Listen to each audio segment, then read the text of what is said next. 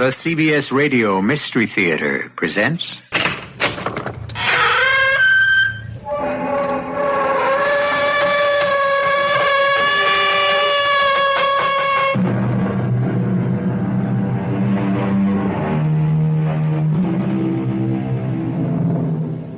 Come in. Welcome. I'm E.G. Marshall. Someone once said that we are what we eat. A statement I'd not dispute, but I think we might go a step further and say, at least with equal accuracy, that we are what we think. Curiously, though, our thoughts shape our lives, our very destinies. Most of us, as any psychiatrist will tell you, are motivated by thoughts so deep within our psyches that we're really not aware of them at all. In point of which, consider the strange case of Anton Stern.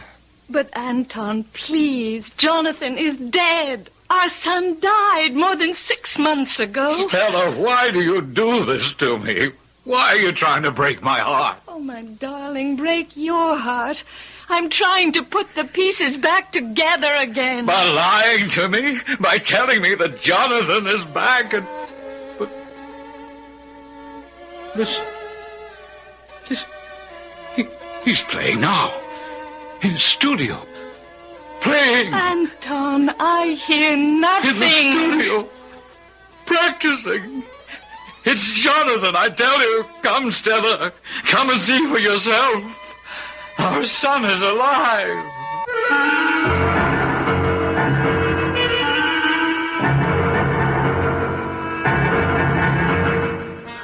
Our mystery drama, Concerto in Death, was written especially for the Mystery Theater by George Lowther and stars Marian Seldes and Ian Martin.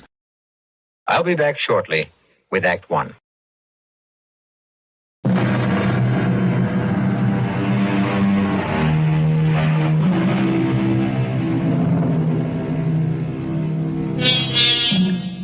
This is the strange story of what befell Anton Stern only a few years ago.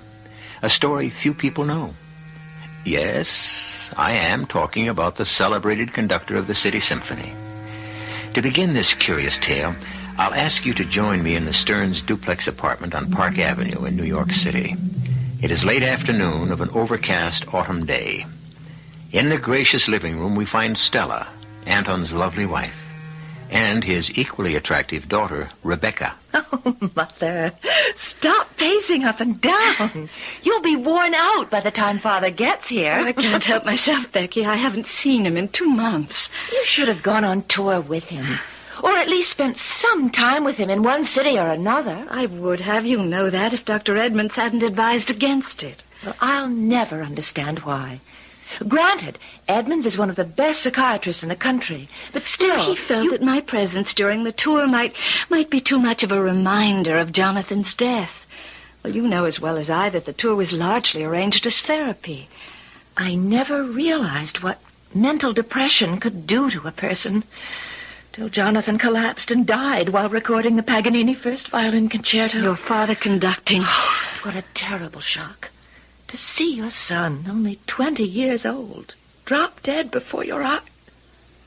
Oh, I'm sorry, Mother. I brought it all back to you. It's all right, Becky, dear. I expected Jonathan's death sooner or later. I was prepared for it. Your father wasn't. But he knew of Jonathan's condition. His congenital heart condition. Yes, but he never believed. It frightened me. The way he kept insisting that Jonathan was alive. Imagined he heard him practicing in his studio upstairs. Well, thanks to Dr. Edmonds, he recovered. And 2 months on tour has brought full recovery. They're here. I'll answer the door, Olga.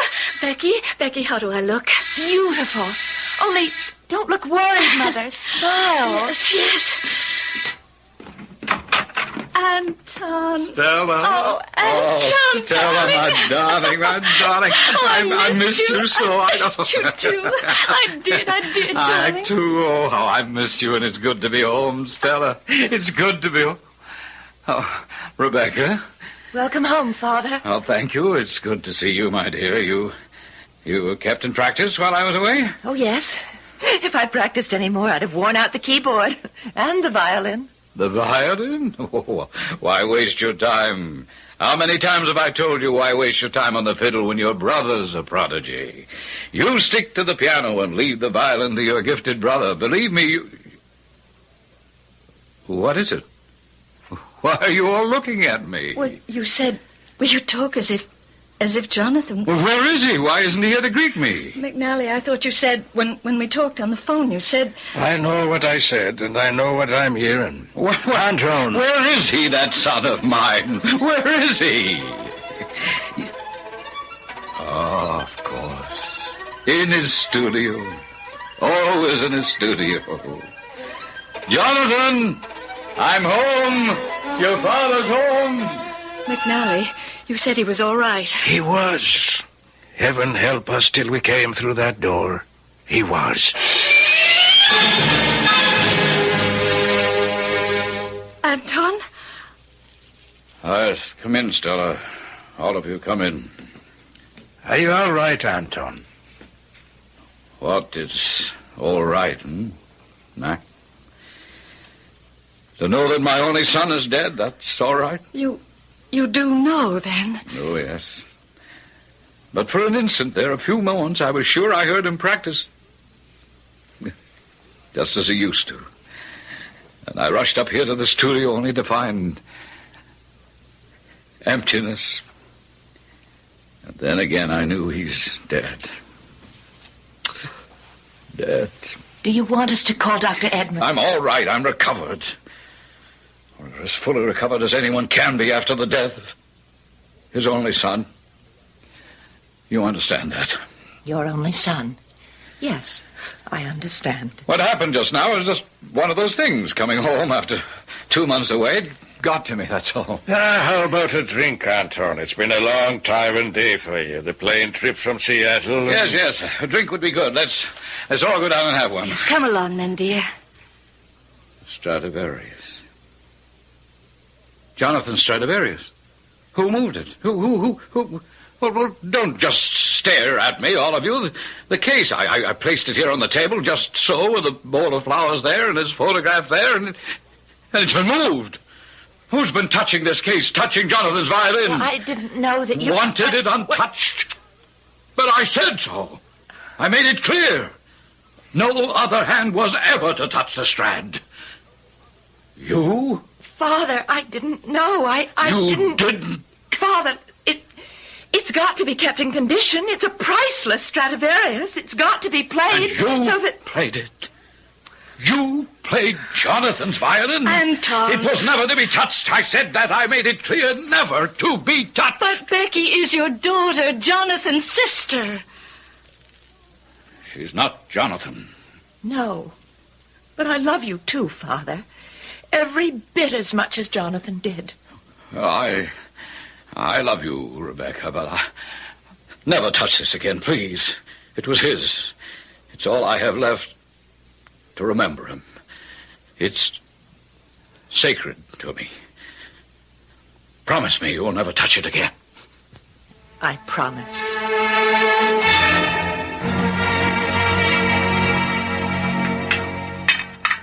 Yeah, more wine, Mac? Thanks, Anton, of course. It goes well with the beef. Helga is still the finest cook in the world. She certainly hasn't lost her touch while we've been away, Stella. No, and so long as she keeps her touch, I must be careful to keep her. You'd be astounded, McNally, at how many of our friends offer her more money to leave us for them. Well, competition is competition. We lost Vladimir Oblensky thanks to it. The man who replaced Jonathan. Oh, a blast slipped out of my hand. That was clumsy of me. No, of me. I'm sorry. Because you mentioned Jonathan? Oh, nonsense. I tell you, I'm perfectly recovered. Yes, Father. We did lose Oblensky, as Max says. He was not the finest concertmaster we ever had. Jonathan was that. No one can ever take his place, but Oblensky was good. Very good, very good. He left us in Seattle. Tomorrow I must try out another, a woman, Saskia, what's her name again? Rubens. Better than Oblensky, ask me. No, not as good as Jonathan. No one will ever replace him in the orchestra. Or in my heart. Speaking of Jonathan, Anton, Bakewell has asked me to talk to you again about releasing the Paganini first violin concerto. You know my answer. But, Anton, it was, if not the finest, certainly one of the finest things that Jonathan ever did. And it killed him. Anton, you can't say I that. can and I do, Stella. As for you, Mac, it was without doubt the finest thing he ever did. Do you know why? Because he wanted it to be. He practiced and practiced and practiced until I warned him he would kill himself if he didn't stop. His heart, I knew his heart wouldn't take it. But the heart attack, it could have struck at any time, anywhere.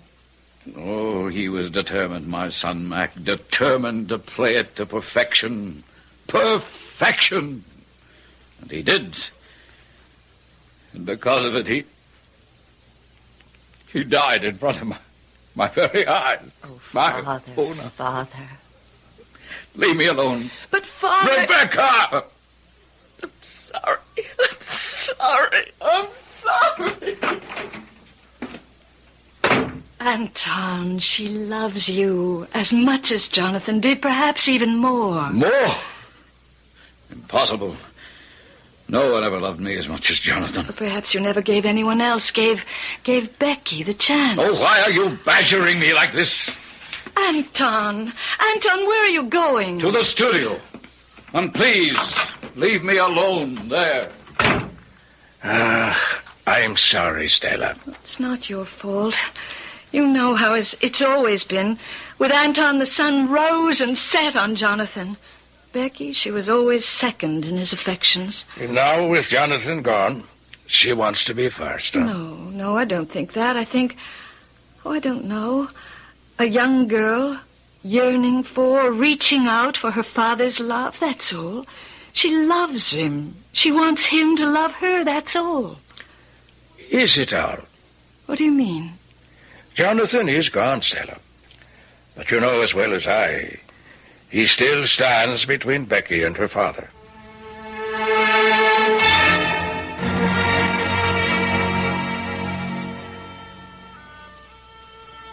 She's very pretty, Mac. What, Becky? Oh, Saskia. Yes. And let's hope she plays as good as she looks. Maybe we ought to move to one of the back rows. Why now? Well, I can see she's nervous. You know, a tryout. And us sitting here, maybe she'd just... Forget it. Saskia Rubens is a pro. And all pros have nerves. All right, gentlemen, let's get on with it. Are you, ready, Miss Rubens? Yes, Maestro. We can take any moment you wish. Well, it doesn't matter to me, Maestro, whatever you want. Huh? I see. You're very confident. Oh, why shouldn't I be? I wouldn't be here for a tryout if I wasn't good. Oh. Very well, we'll try the first movement after the introduction.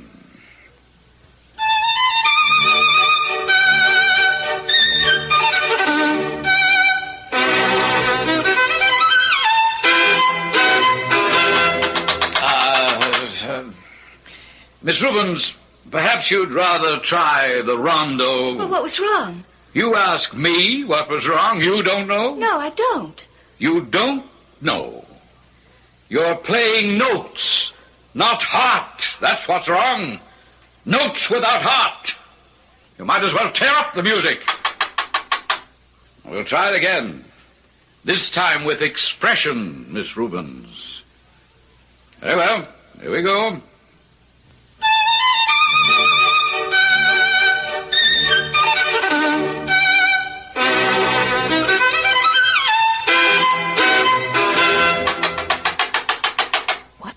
I don't know. Miss Rubens. That fingering. Yes, Maestro. Where did you get it from? Get it from? I don't know. I suppose I've always used that fingering. You copied it. I beg your pardon. You heard my son, or a recording in which he used that fingering. Well, of course I've heard your son. I've heard every recording he ever made, but I've never copied... Well, unconsciously, perhaps unconsciously. Maestro, I have never copied anyone, including your son. Ah. Well, then again, we'll try it again.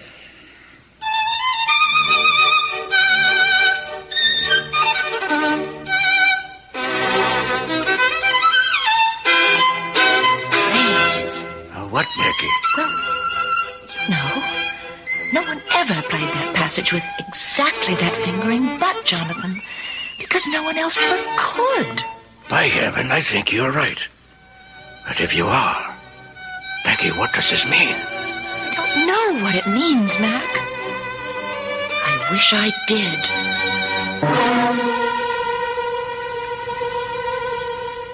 Saskia Rubens using the same fingering as Jonathan Stern?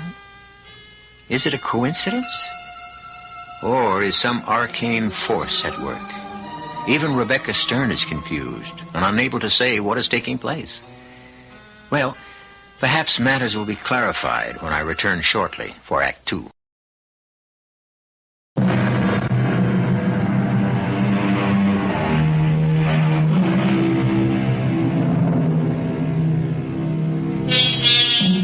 When Jonathan Stern, child prodigy and, at 20, solo violinist of the city symphony under his father Anton, died suddenly, Anton fell into a deep depression. Recovered, or so it seemed, he took the symphony on a 2-month tour, from which he returned a few days ago.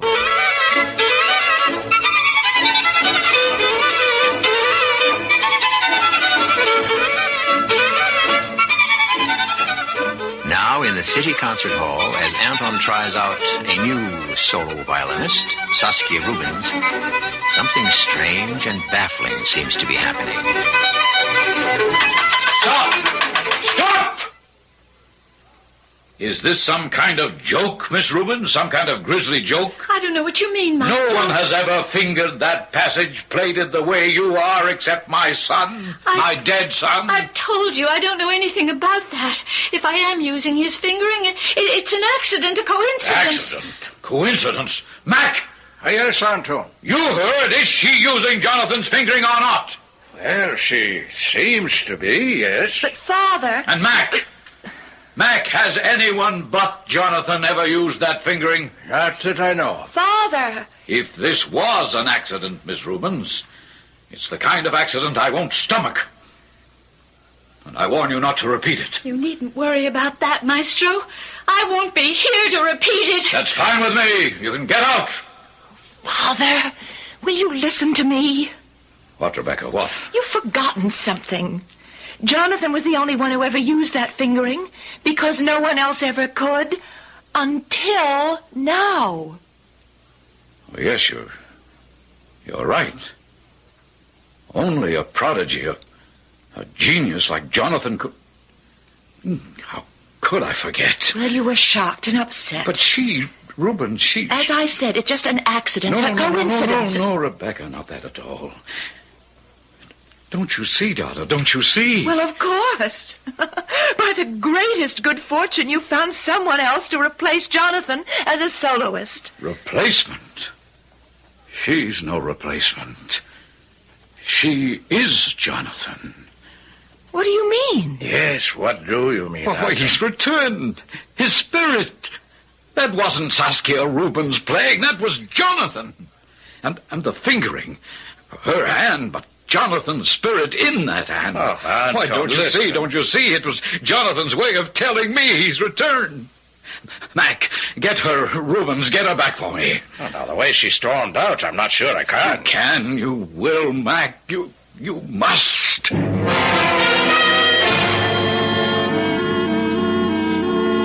Well, Becky, good to see you again. Sit down. Cigarette? Thank you, Dr. Edmonds. Thank you. I read about your father's triumphant tour, I suppose it's called. Nothing but praise and acclaim for the orchestra and him. How is he? Did the tour turn out to be the therapy I felt sure it would be? Well, that's why I'm here. I need your help, for me as well as my father. Something went wrong? Well, when he arrived home, nearly a week ago now, he thought... Well, it only lasted a few minutes. He thought Jonathan was still alive, that he could hear him practicing in the studio. Well, of course, when he went to the studio and Jonathan wasn't there, he realized it was just his imagination. Well, these relapses do happen. Yes, but the strangest thing happened yesterday afternoon. He was trying out a new violinist, Saskia Rubens. Yes, I've heard of her. Well, during the tryout, she played a passage the way Jonathan played it when he was alive, and she used the identical fingering that only Jonathan could use. And my father saw it, heard it. Another little relapse? Huh? I saw it and heard it too. Oh? Father thinks that Jonathan has returned to him. That using Saskia's body, his spirit and his genius has come back. And you? What do you think? Well, I don't know what to think. I've never been so confused. That's why I'm here. Well, I treated your father's melancholia. Then when he went on tour, treated you for a milder, much milder, depression. And once you faced the reason for your depression, you snapped out of it. Becky, what was... Tell me again, put it into words. What was the reason for your depression? Come now, Becky, say it. I was glad Jonathan was dead. Why? Because he always stood between my father and me. That my father loved him more than me. He did. He did. All my life I've wanted my father's love. And when Jonathan died, I thought at last I'd have it. But I haven't. Especially now that he believes. That he believes Jonathan has returned. Yes. And that, Becky, is why you're confused, unhappy. You've allowed your brain to recreate the ghost we got rid of together, you and I. Becky, Jonathan has not returned. Rubens, this fingering of hers or whatever, she plays that way, that's all. As simple as that. Oh, you can convince me. But no one will ever convince my father. Yes, well, someone, if not me, someone else had better. Because if he doesn't realize what he's come to believe just isn't so... Yes. If he doesn't... he'll lose his mind, Becky.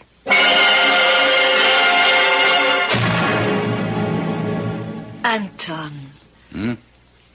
Oh, yes, Stella? Come down and have some lunch. All you do is sit here in Jonathan's studio, holding his Stradivarius, fondling it, caressing it. It was his. He loved it. I love it. Yes, I know, but... And I've had a thought. Sitting here holding the Strad, it's brought Jonathan closer, helping him to Anton. communicate. Anton. He gave me the thought.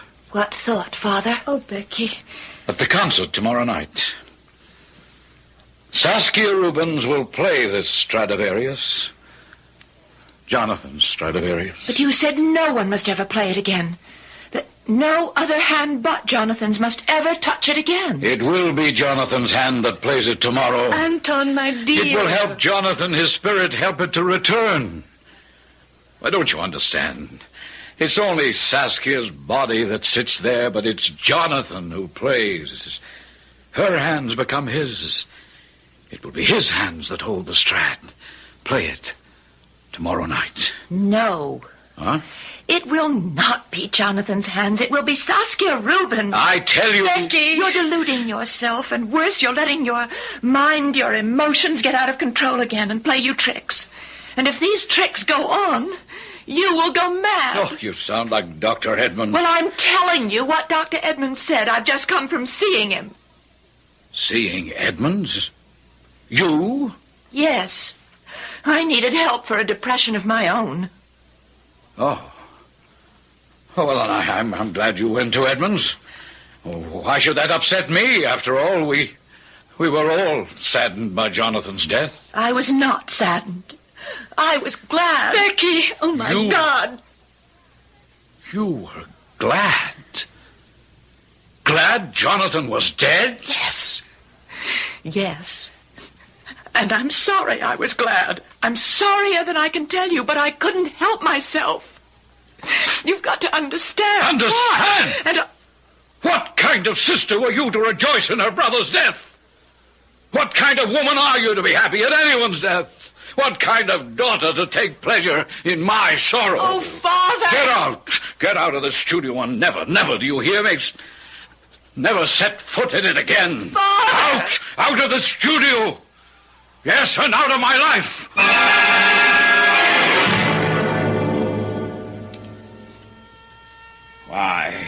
Why, Mac, must you talk about this now, minutes before I go on? I know it's not exactly the best moment, but Bakewell asked me to ask you again. Then tell him the answer is no, and it will always be no. The Paganini killed Jonathan. But, Anton... Don't you understand why I can't release it? I couldn't bear to hear it. I'm sorry, Anton. Forgive me. It's time. You gave Saskia the Strad? Yes. And told her why I want her to play tonight? I did. And what did she say? She said... Oh, yes. She said, tell him Saskia Rubens is the virtuoso tonight, not Jonathan Stern.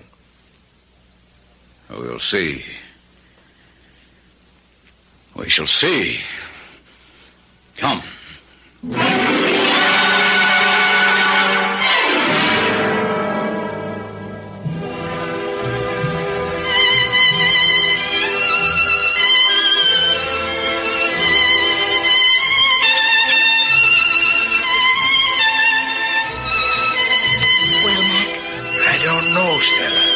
He's in a strange mood. I've never seen him like this. What do you mean? I don't know. 1 minute he's irrational, I guess that's the word. And then the next, well, he talked about maybe he's to blame that Becky felt about Jonathan the way she felt. Well, he was. To a large extent, he was.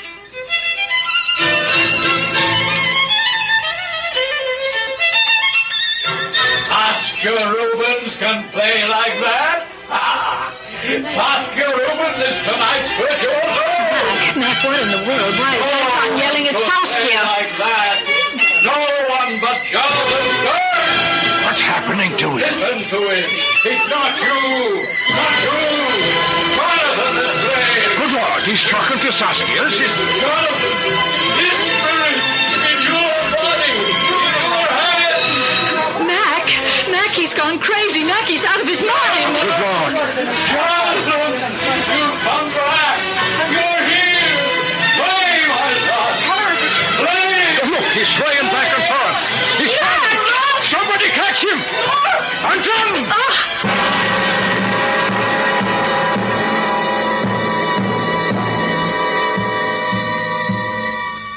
In a moment of high drama, certainly never before witnessed in the concert hall, Anton Stern crashes across the podium to lie unconscious on the stage floor as the audience and the orchestra sit in shocked astonishment. I'll return shortly for Act 3.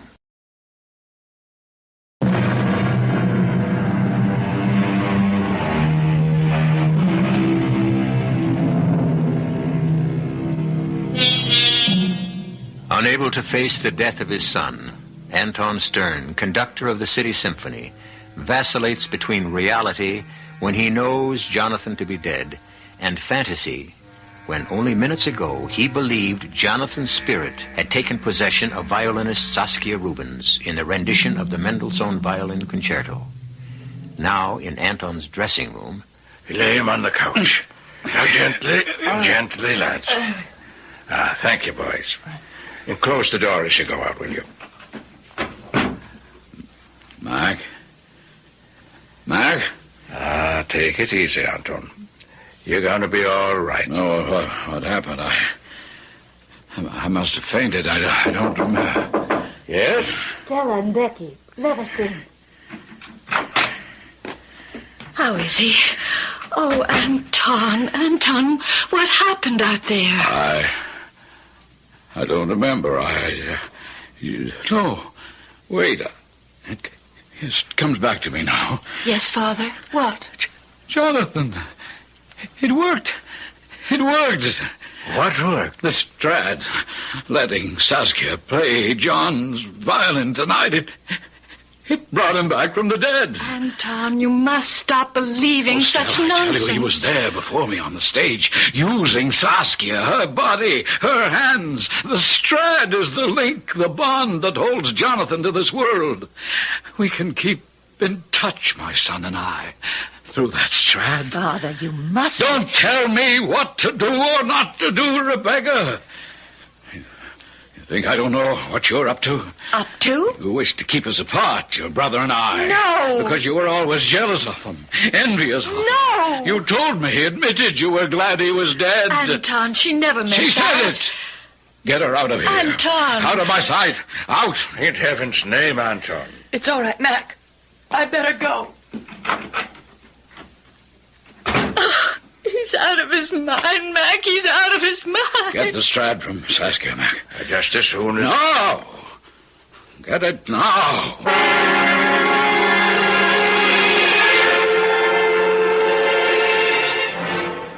You needn't tell me why you're here, Becky. The papers are full of what happened last night. Yes, but Dr. Edmonds, they say nothing about what went on in my father's dressing room afterward. Nothing about Jonathan Stradivarius. Why, no. Tell me.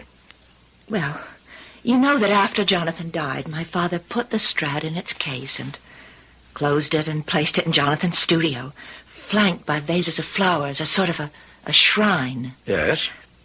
And also it was his intention that no one should ever play it again. Yes, so it came as a shock to us all when he decided to let Rubens play it at last night's concert. Why did he do a thing like He that? got it into his head that Jonathan was using Rubens' body to return to Earth.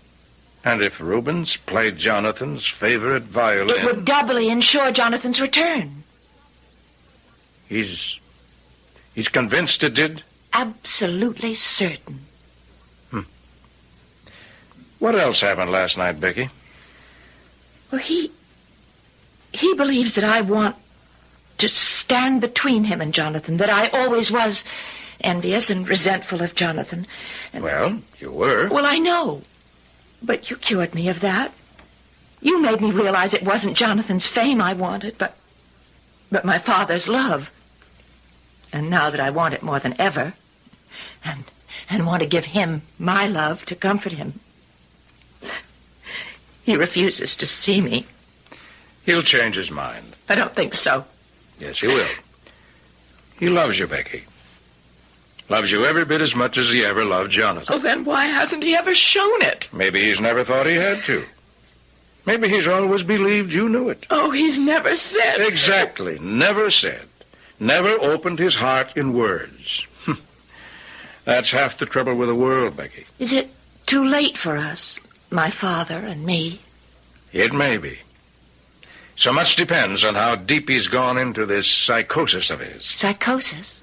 He's become fixated on the Stradivarius. Well, there are two ways to cure a fixation. You can either gently pry the patient away from it, a procedure that can take years, or you can risk smashing it. And in my father's case? Knowing him as I do, I would be for smashing it. There's risk involved, grave risk, but also calculated risk. The question in my mind is... Yes?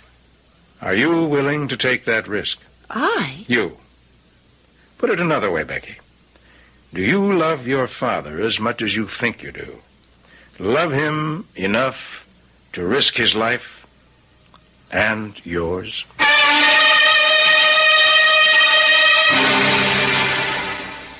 Anton, put the Stradivarius back on the table. Stop holding it, fondling it, caressing it.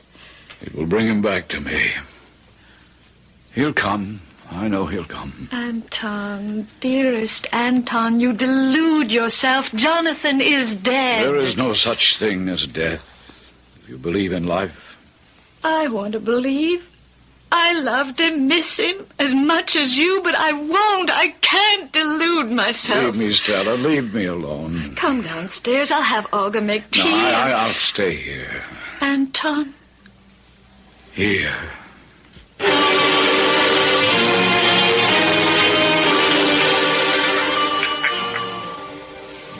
Thank you, Olga. I'll pour. Mac, you'd rather not have a drink? Oh, no, Stella. Tea's fine. If we could only persuade him to see Edmonds again. Oh, I tried. It's no use. I lay it on the line, Stella. This could mean the end of Anton's career. Don't say that, Mac. Every penny had to be refunded for the concert the other night. The board of directors called me on the carpet this morning. They know there's something seriously wrong with Anton. Well, I'm afraid we know that, too. And then there's Bakewell. He says the recording company will sue if Anton goes on refusing to release Jonathan's last recording. Oh, Becky. Mother. Mac? Oh, boy, get those eyes. Oh, you poor kid. This has really got you down, hasn't it? But not out, Mac. I've just come from seeing Dr. Edmonds. Well, why did you go to see Edmonds? What good can he do? Your mother's right, Becky. Now, don't get me wrong. Edmonds did his best, but it wasn't good enough. He's upstairs, brooding in Jonathan's room. If he isn't already mad, Becky, he soon will be. But that's why we've got to do something drastic. What do you mean, drastic? Edmonds says that Father's become fixated on Jonathan's violin, the Strad, because, in effect, it replaces Jonathan physically. It's all that's left of Jonathan. Well, I think we're all aware of that. Yes, well, Edmonds says there are 2 courses open to us. One would be the treatment that would take years and might not be successful. And the other is to take the drastic action that I just mentioned and smash the fixation. Smash it? To bits. But if we take the second course, in Edmonds' words, it could kill Father. And me. What do you mean? I mean that if I fail... You will do this, whatever it is? I'm the only one who can. If I succeed, Father will be well again, and in another way, in a special way, so will I. But if I fail, he can... Well, he very likely will be driven into hopeless insanity, in which case he'd be better off dead. And you? Becky, you... Oh, I'd be better off dead, too. And no one played the Tchaikovsky the way Jonathan did. No one ever could. Genius, sheer genius. Mac, you heard him, and you, Stella. Anton, eat your dinner. It's getting cold. Olga, more wine, please. You're drinking, too. And even practicing. Why, when he practiced up there in the studio, I would listen for hours on end. Such sweetness of intonation, such delicacy of fingering and bowing, and why, I can hear that now. So clearly, so sweetly, I would almost swear he was in the studio now, practicing this very minute, practicing. I enjoyed his practice, too. Why, it was a privilege to hear him, Anton. You know, if I shut my eyes, I believe I could almost hear him. Anton? I do hear him. What? No, listen. Listen. I hear nothing. I do. Oh, no, Anton. I hear him. He's come back. His spirit came back. The studio. He's there now. Jonathan. Stella, Jonathan. easy. Please, God, make it work.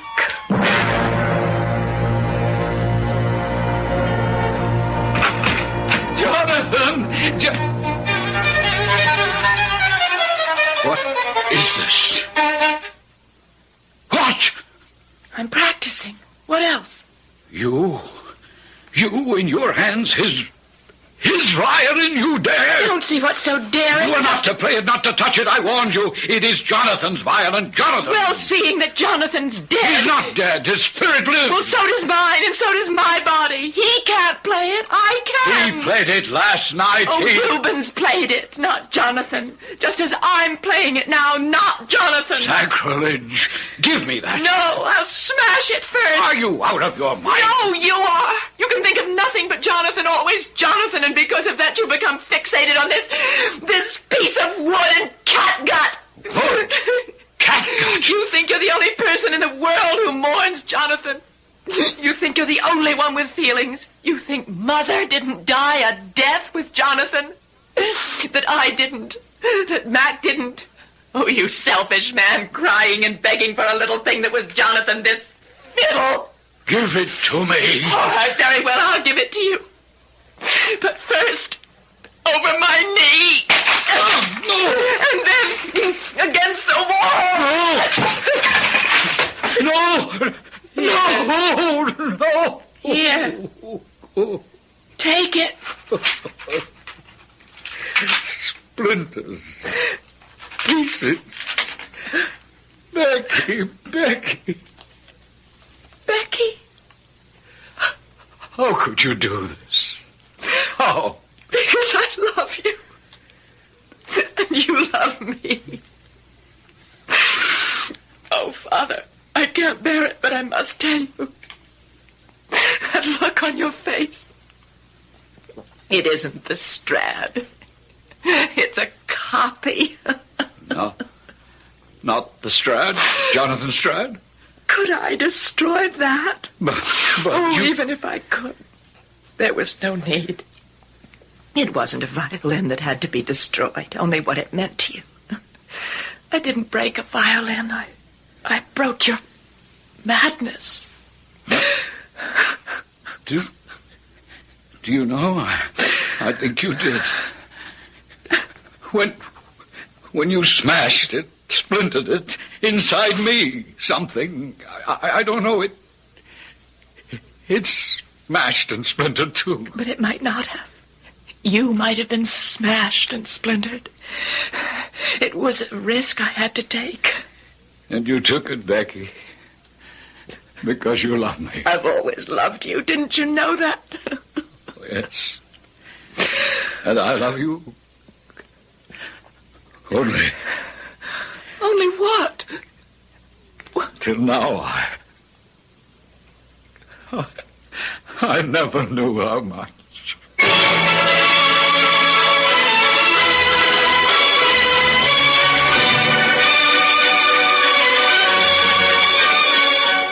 They say that when something is broken and mended, it is stronger than ever before. Does that apply to the human heart, do you suppose? I don't know about yours, but my heart's been broken more than once, and I'm still around. Well, my heart may not be stronger, but it's a lot wiser. Yours too? I'll be back in a moment.